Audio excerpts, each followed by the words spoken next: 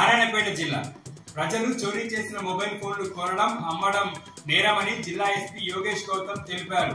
జిల్లా వ్యాప్తంగా గత 2 నెలల్లో మొబైల్ ఫోన్లు పోగొట్టుకున్న 91 మంది బాధితులకు ఫోన్లను జిల్లా ఎస్పీ యోగేష్ అందజేశారు.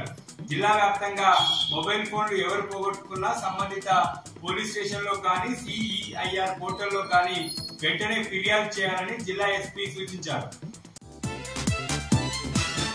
వనపర్తి జిల్లా ధాన్యం కొనుగోలు విషయంలో ప్రభుత్వం పూర్తిగా విఫలమైందని మాజీ మంత్రి నిరంజన్ రెడ్డి మండిపడ్డారు. కొనుగోలు కేంద్రాల్లో రైతులు అనేక ఇబ్బందులు పడుతుంటే ప్రభుత్వం అందాల పోటీల్లో నిమగ్నమైందన్నారు. ఒక్కో రైతు నుండి ధాన్యం కొనడానికి 15 నుండి 20 రోజుల సమయం పడుతుందన్నారు. కొనుగోలు కేంద్రాల్లో రైతులు ఇబ్బందులు పడుతూ రోజు రోడ్డెక్కుతున్న ప్రభుత్వానికి కనిపించట్లేదన్నారు మాజీ మంత్రి.